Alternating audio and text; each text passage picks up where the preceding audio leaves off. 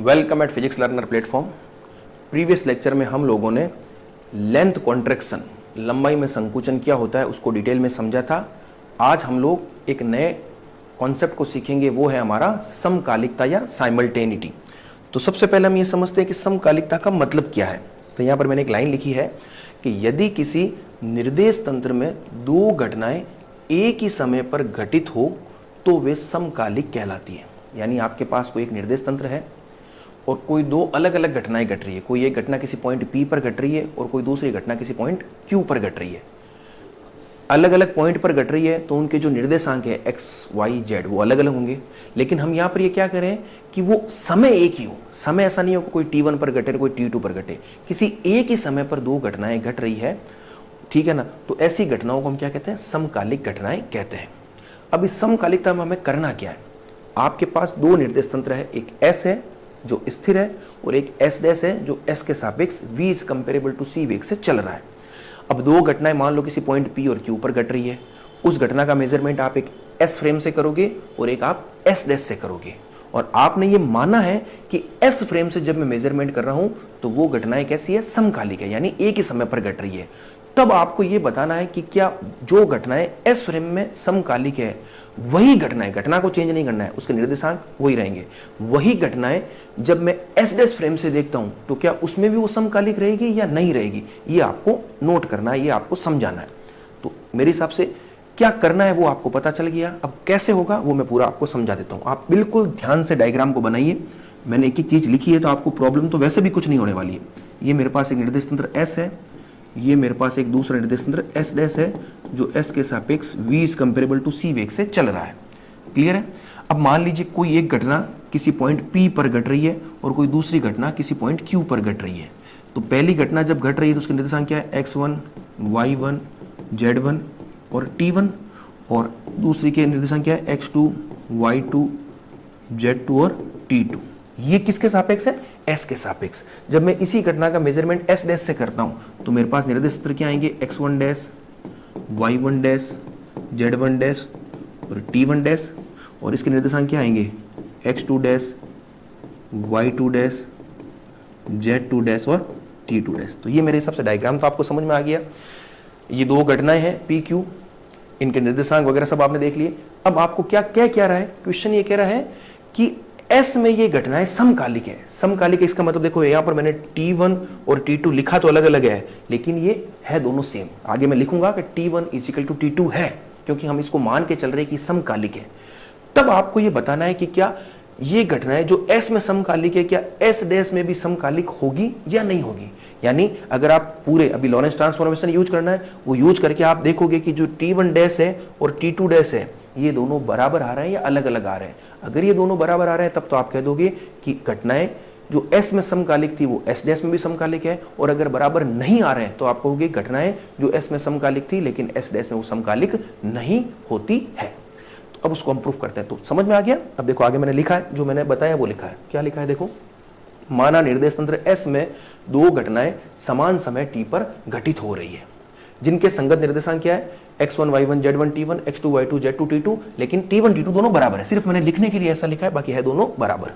फिर मैंने क्या कहा, एक अन्य निर्देश तंत्र S डैश है जो S के सापेक्ष v वेग से गतिशील है। यदि S डैश फ्रेम में ये दो घटनाएं सेम रहेगी, किसी समय t1 डैश और t2 डैश पर प्रेक्षित हो, तो लोरेंज रूपांतरण से आप क्या लिख सकते हो, लोरेंज रूपांतरण आप जानते हो क्या होता है, लोरेंज रूपांतरण होता है t dash is equal to alpha t minus v x upon c square. ये आप जानते हो। तो यहां से क्या मैं ऐसा लिख सकता हूं, t1 dash is equal to alpha t1 minus v x1 upon c square और t2 dash is equal to alpha t2 minus v x2 upon c square. मैं आराम से ऐसा लिख सकता हूं। इसको दे दीजिए समीकरण नंबर 1। ये हम लोरेंज रूपांतरण से जानते हैं, ये आप जानते हो, t1 और v इस तरह से आ जाएगा। अब मैं क्या करूंगा, अब मैं सिंपल सा काम एक करने वाला हूं। एक मिनट देखिए आप, एक मिनट। अब मैं अगर ये मान निकालूं t2 dash minus t1 dash, तो वो मेरे पास क्या आएगा देखो, अल्फा, पहले मैं मान लिख देता हूं, t2 minus v x2 upon c square minus alpha t1 minus v x1 upon c square. थोड़ा इसको सॉल्व करते हैं तो अल्फा तो कॉमन, तो एक पद तो आ गया T2 माइनस T1 और दूसरा ये मैंने माइनस कॉमन लिया, ठीक है, ये अल्फा, ये V अपॉन सी स्क्वायर भी कॉमन, इधर हो गया x2 माइनस x1। आराम से देख लीजिए आप, सिंपल सी मैथमेटिक्स है। अब यहां पर देखिए आप एक चीज, आपको एक चीज पता है कि जो T1 T2 है दोनों बराबर है। T1 T2 बराबर है तो इसका मान क्या होगा, इसका मान 0 होगा। इसका मान अगर 0 होगा तो मेरे पास देखो T2 dash minus T1 dash कितना होगा, वो होगा minus alpha V upon c square x2 minus x1। और ये क्यों हुआ, क्योंकि T1 is equal to T2 है, ये हमें दिया हुआ है। अब आप मुझे बताइए कि अगर देखिए ये मान भी 0 हो जाए तब तो T2 dash minus T1 dash is equal to 0, यानी T2 dash is equal to T1 हो जाएगा। और ये मान अगर 0 नहीं है तो T1 डैश और T2 डैश दोनों बराबर नहीं है। अगर T1 डैश और T2 डैश बराबर है तब तो हम कहेंगे घटनाएं S डैश में भी समकालिक है, और अगर दोनों बराबर नहीं है तो हम कहेंगे घटनाएं S डैश में समकालिक नहीं है। तो आपको ये बताना है कि इस पद का मान 0 है या नहीं। तो ये देखो अल्फा तो वैसे 0 होगा नहीं, V कोई ना कोई वेग होगा, C 0 होता नहीं है, तो x2 माइनस x1 क्या ये 0 है? x2 माइनस x1 क्या है? दो अलग अलग निर्देशांक है, तो दो अलग अलग निर्देशांक है तो उनके मान तो समान होने ही नहीं है। दोनों के मान समान नहीं है तो x2 माइनस x1 0 नहीं होगा, उसका कुछ ना कुछ मान होगा, नॉन जीरो होगा। और अगर ये नॉन जीरो है तो ये पूरा पद भी कैसा हो जाएगा, नॉन जीरो हो जाएगा। तो मैं यहां पर ऐसा लिख सकता हूं, देखो आप एक बार, T2 dash minus T1 dash is not equal to 0। क्यों? चूंकि x1 is not equal to x2, ये दोनों बराबर नहीं है इसलिए नॉट इक्वल टू 0 है। और ये अगर नॉट इक्वल टू 0 है तो इसका मतलब हो गया T2 dash is not equal to T1 dash. यही चीज आपको समकालिकता में बतानी थी। आपका जो उद्देश्य था वो यही था, आप ये मानते हुए चल रहे थे कि घटनाएं जो S में समकालिक है वो ही घटनाएं S डैश में क्या समकालिक है या नहीं। तो आपने पूरा प्रूफ करके बता दिया कि हाँ, जो घटनाएं S में समकालिक थी वो S डैश में समकालिक नहीं होती है। ये निष्कर्ष आपको लास्ट में लिखना है, तो उसको मैं लिख देता हूं, तो उसको भी एक बार आप नोट कर लीजिए। तो ये आपको आगे ये जो कॉन्सेप्ट है वो बहुत काम आने वाला है, ठीक है ना। मैं यहां लिख देता हूं एक बार, आप यहां लिखिए, अतः स्पष्ट है कि घटनाएं जो S में, S यानी स्थिर निर्देश तंत्र, याद रखना, समकालिक थी, वे घटनाएं S डैश में समकालिक, वे घटनाएं S डैश में समकालिक नहीं होती है। यानी स्थिर निर्देश तंत्र में अगर समकालिक है तो गतिशील में वो समकालिक नहीं होगी, उनका कुछ न कुछ मान आएगा। T2 dash is not equal to T1 dash होगा, ये आपको ध्यान रखना है। बहुत इंपॉर्टेंट कॉन्सेप्ट है, आगे काम आने वाला है, अगले टॉपिक जो हम पढ़ेंगे उसमें काम आएगा। तो लेंथ कॉन्ट्रैक्शन आपने सीखा, और ये जो समकालिकता थी इसको भी आपने अच्छे से सीखा है। तो अब देखिए समकालिकता तो हमने समझ लिया। अब अगला हमारा लास्ट टॉपिक है एक तरह से, वो है काल विस्तारण या टाइम डायलेशन। इसके लिए मैंने एक स्टेटमेंट लिखा है, बहुत इंपॉर्टेंट है, मूविंग क्लॉक टिक्स स्लोली। इस चीज से आपको चीजें बहुत आसानी से समझ में आ जाएगी क्या कहना चाह रहा है। देखो दो चीजें थी, एक हमने पहले देखा था कि लंबाई में संकुचन। लंबाई में संकुचन का निष्कर्ष क्या था कि किसी भी छड़ की आप लंबाई जब माप रहे हो तो आपके पास दो निर्देश तंत्र, एक स्थिर और एक गतिशील। तो गतिशील निर्देश तंत्र में जब मापोगे तो वो आपको लंबाई हमेशा कम प्रेक्षित होगी, संकुचित होगी। यहां पर है टाइम डायलेशन। इस लाइन से आपको बहुत अच्छे समझ में आएगा। टाइम डायलेशन का मतलब क्या है कि कोई भी घटना मान लो कहीं घट रही है, ठीक है ना, कोई भी घटना, तो वो किसी न किसी समय पर घट रही है। उस घटना का मेजरमेंट आप एक तो कर रहे हो स्थिर निर्देश तंत्र में और एक कर रहे हो गतिशील निर्देश तंत्र में। तो गतिशील निर्देश तंत्र में जब आप घटना का मेजरमेंट करोगे तो उस घटना को मापने में जो लगने वाला समय है वो बढ़ जाएगा। समय बढ़ जाएगा मतलब क्या हो जाएगा, थोड़ा देखो आप ध्यान से, इस वर्ड से आपको अच्छे समझ में आएगा। मूविंग क्लॉक टिक स्लोली।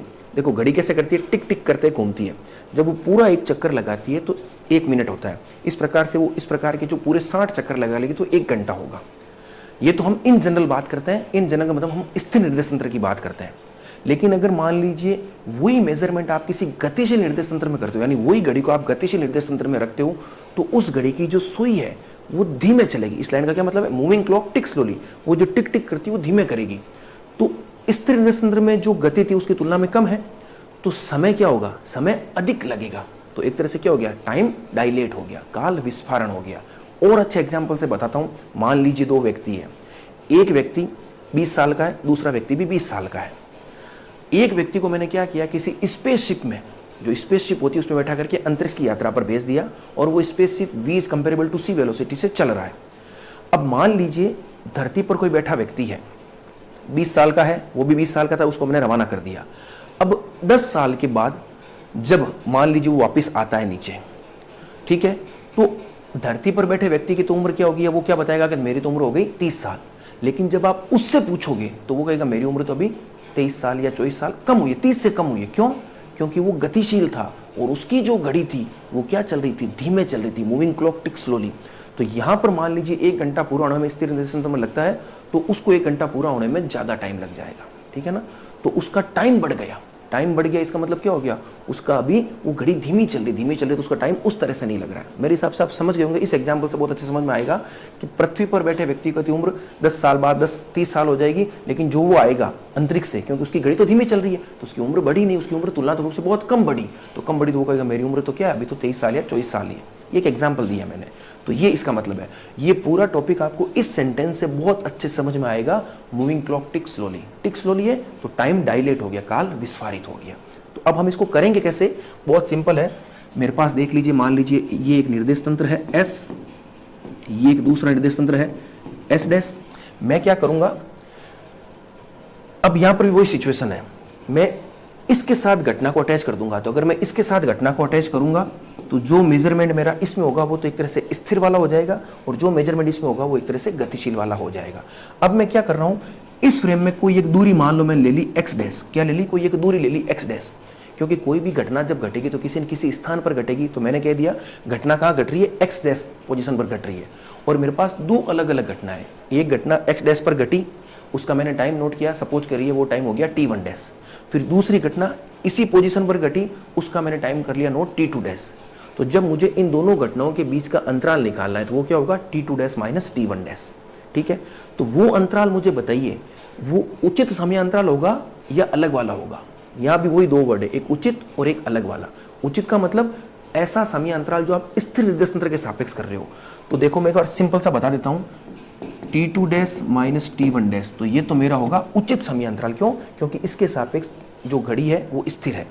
और एक अंतराल मेरा निकलेगा t2 माइनस t1, वो उचित नहीं होगा। क्यों? क्योंकि ये आप निकालोगे गतिशील निर्देश तंत्र के सापेक्ष। जिस तरह से आपने लंबाई के संकोचन में एक कॉमन वर्ड लिया था कि लंबाई के उचित मापन के लिए क्या आवश्यक है, घटनाएं समकालिक होनी चाहिए, वहां पर समय सब कुछ समान था। उसी प्रकार से जब आप काल विस्फारण निकालोगे तो जो घटना घटेगी किसी न किसी स्थान पर घटेगी, तो वो स्थान हमेशा आपका क्या रहेगा, फिक्स रहेगा, एक्स डैश ही रहेगा। चाहे मैं इसको एस डैश में निकालूं चाहे एस में निकालूं। हो क्या रहा है, एक जगह है घटना घटी, उसका मैंने मेजरमेंट एस डैश में किया, t1 डैश मिला। उसी स्थान पर दूसरी घटना घटी, मेजरमेंट किया, t2 डैश निकला। फिर उसी स्थान पर घटना घटी जिसका मेजरमेंट मैंने s में किया तो वो हो गया t1, और उसी स्थान पर जो घटना घटी उसका मेजरमेंट मैंने किया s में, वो हो गया t2। समझ गए? x डैश नहीं बदलेगा, ये चीज आपको ध्यान रखनी है। x डैश सेम रहेगा, t1 t2 t1 dash t2 dash बदल जाएंगे। और उचित समयांतराल क्या होगा, वो समयांतराल उचित होगा जो हम स्थिर निर्देश तंत्र के सापेक्ष मापते हैं, और वो समयांतराल अलग होगा जो हम गतिशील निर्देश तंत्र के सापेक्ष नापते हैं। और टाइम डायलेशन का मतलब क्या हो गया कि अगर मैं गतिशील निर्देश तंत्र के सापेक्ष समयांतराल मापूंगा तो वो बढ़ जाएगा, टाइम डायलेट हो जाएगा। डायलेट का मतलब घड़ी धीमी चलेगी तभी तो समय ज्यादा लग रहा है। अगर घड़ी प्रॉपर चलती तो समय उतना ही लगता जितना लगना चाहिए, लेकिन घड़ी धीमी चल रही है इसलिए टाइम क्या हो गया, डायलेट हो गया, काल विस्फारित हो गया। तो बस इसी चीज को मैंने देखो आगे लैंग्वेज के रूप में लिखा है, एक बार आप देख लीजिए। मैंने क्या लिखा है, माना निर्देश तंत्र एस डैश एस के सापेक्ष v वेग से गतिशील है। यदि एक घड़ी एस डैश फ्रेम में स्थिर दूरी एक्स डैश पर दो घटनाओं को t1 डैश व t2 डैश समय में प्रेक्षित करती है, तो इन घटनाओं के मध्य समयांतराल कितना होगा मुझे बताओ। अगर मैं उसको डेल्टा टी कहता हूं तो वो हो जाएगा t2 dash minus t1 dash. और ये समयांतराल होगा कैसा मेरा, ये होगा मेरा प्रॉपर टाइम इंटरवल, क्योंकि ये स्थिर निर्देश तंत्र के सापेक्ष में माप रहा हूं, प्रॉपर टाइम इंटरवल। क्लियर है? ये चीज आपको ध्यान रखनी है। अब आप दूसरे केस में क्या करोगे, दूसरे केस में आपके पास S है जो गतिशील है, इस केस में तो गतिशील है, तो उस S फ्रेम में जब आप x डैश दूरी पर घटने वाली घटनाओं का मेजरमेंट करोगे समय t1 और t2 पर, तो उस समय को मैं कैसे लिखूंगा, देखो मैंने आगे लिखा है, यदि S फ्रेम में ये घटनाएं स्थिर दूरी x डैश पर t1 और t2 समय में प्रेक्षित की जाए तो लोरेंज रूपांतरण से मुझे बताओ आप T1 डैश क्या लिखोगे, सॉरी आपको लिखना है T1, आपको क्या लिखना है T1। अब ये देखो ये एक तरह से इनवर्स लोरेंज है, कैसे कैसे मैं बताता हूं आपको। आप क्या कर रहे हो, ये स्थिर है और ये गतिशील है, तो यहां पर खड़े व्यक्ति को ये कैसा दिखाई देगा, ये अगर v वेग से चल रहा है और ये स्थिर है, और इसमें खड़े व्यक्ति को ये ऐसा दिखाई देगा जैसे -v से चल रहा है। तो आपको क्या काम में लेना पड़ेगा, इनवर्स लोरेंज।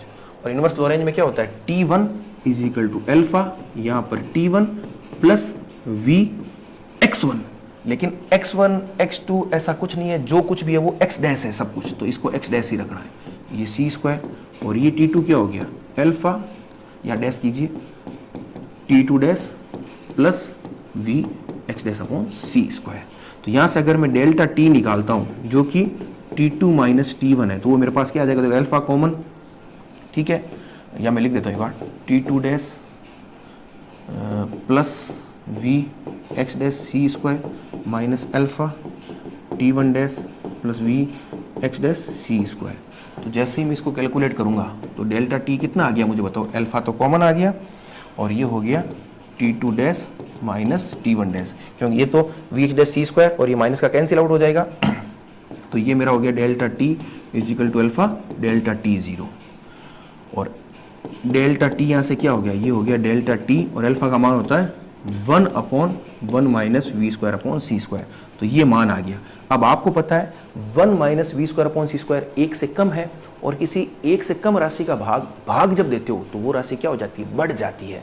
तो डेल्टा t क्या है, डेल्टा t0, ये t0 था, डेल्टा t0 से क्या है, ज्यादा है। तो यहाँ क्या निष्कर्ष निकल आ गया, यहाँ के delta t is greater than delta t0। बहुत सिंपल है, लंबाई में संकोचन पड़ा है, ठीक उसी प्रकार का यूज लेना है। कॉन्सेप्ट आपको समझ में आना चाहिए कि बेसिकली बता क्या रहा है आपको, बस ये इंपॉर्टेंट चीज है। तो ये देखिए वहां तो था L is less than L0 या delta t is greater than delta t0 है।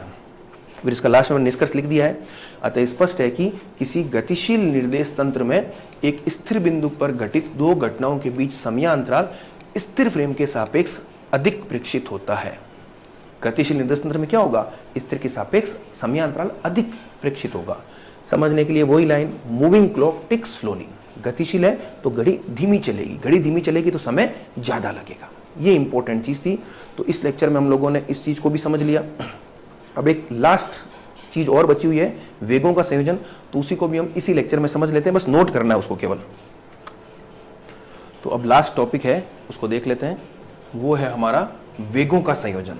तो वेगों के संयोजन में कुछ नहीं है, ये आपका निर्देश तंत्र S है, ये S डैश है, कोई कण यहाँ है, वो कण गतिशील है, तो उस कण का वेग हम एक S में निकालेंगे जिसको हम U कह देंगे, एक S डैश में निकालेंगे उसको हम U डैश कह देंगे। तो मैंने यही लिखा है, देखो माना फ्रेम S डैश S के सापेक्ष V वेग से गतिशील है, एक कण जिसका वेग S फ्रेम में U तथा S डैश फ्रेम में U डैश है को निम्न प्रकार लिखा जा सकता है। तो मैंने क्या किया, U और U डैश को घटकों में बांट दिया, x y z।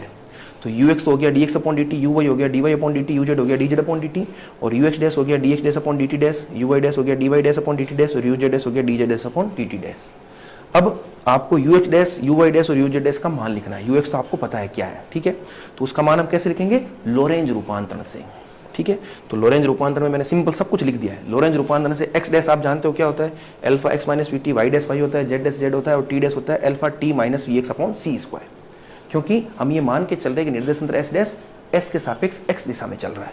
तो यहाँ से dx डैश निकाल लिया, तो अल्फा x का dx, t का dt, इसी प्रकार से ये तो सेम रहेंगे, dy dash equal dy, dz dash equal dz, और t डैश का dt डैश, ये dt, और ये हो गया dx। फिर कुछ नहीं रखा है, मान रखा है, आप देख लीजिए, सिंपल सी मैथमेटिक्स है, ये निकाला है, इसको आप याद रख लेना। ज़्यादा हम लेक्चर को लेंथी नहीं करेंगे, सिंपल मैथमेटिक्स है, बस पूरे स्टेप मैंने लिख दिया, तो आपको कोई प्रॉब्लम नहीं है। देखो ये dx डैश का मान ये रहा, dt डैश का मान ये रहा, मैंने क्या किया, नीचे से dt कॉमन लिया, तो ये dx अपॉन dt, तो dx अपॉन dt हो गया आपका ux, और dt से dt कैंसिल हो गया तो पीछे बचा v, फिर ये dt इसके नीचे भी जाएगा तो ये v, और dx अपॉन dt हो गया ux अपॉन सी स्क्वायर। तो नीचे सब में से कॉमन फैक्टर है 1 minus v upon c square ux, यहाँ पर भी ux है, यहाँ पर भी ux है, यहाँ पर भी ux है, ऊपर यहाँ पर uy uz है, लेकिन यहाँ पर ux माइनस वी भी है, यहाँ अल्फा नहीं है, यहाँ अल्फा है, यहाँ अल्फा है। सिंपल मैथमेटिक्स है, आप करोगे तो आपको आराम से पता चल जाएगा। तो इस लेक्चर के साथ हम लोगों ने जो STR शुरू किया था, ठीक है ना, उसके अभिग्रहित पढ़े थे, लोरेंज रूपांतरण पढ़ा था, फिर हमने ये 4 प्रकार के एप्लीकेशन देखे हैं, वो आज कंप्लीट होते हैं। तो ये इंपॉर्टेंट टॉपिक था, ये 3-4 लेक्चर की जो सीरीज थी, निश्चित रूप से इसमें से क्वेश्चन आएगा ही आएगा, तो आप बहुत ध्यान से समझ करके इसको कीजिएगा। अब हम लोग नेक्स्ट लेक्चर में एक नए टॉपिक के साथ आगे बढ़ेंगे। Thank you.